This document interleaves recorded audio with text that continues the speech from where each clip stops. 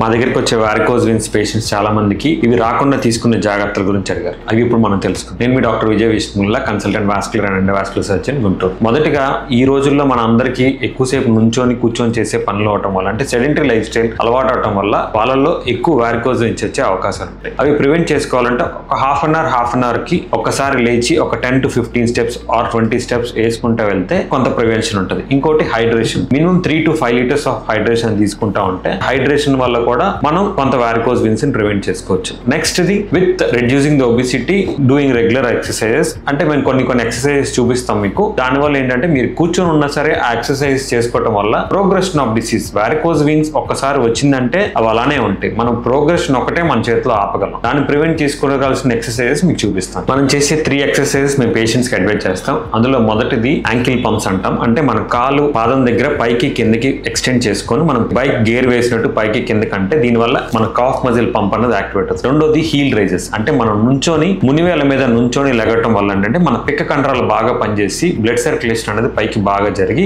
కొంత symptoms relieve అవుతాయి. ఇంకా మూడోది లెగ్ రైజింగ్ టెస్ట్ అంటాం. లెగ్ రైజింగ్ అంటే మన కాలుకి గోడకి కొద్ది హైట్ లో పెట్టుకుంటే ఏంటంటే భూ ఆకర్షణ, అంటే గ్రావిటీ పరంగా మన కాళ్ళలో ఉన్న రక్తనాళాలన్నీ వెనక్కి గుండెకి మళ్ళీ రక్త సరఫరా నీట్ గా సప్లై చేయడం వల్ల కొన్ని సింప్టమ్స్ రిలీవ్ అవుతాం. ఇప్పుడు నేను చెప్పిన ఈ టిప్స్ పాటిస్తా ఉంటే మనం వారికోజ్ వెయిన్స్ రాకుండా ప్రివెంట్ చేసుకోవచ్చు.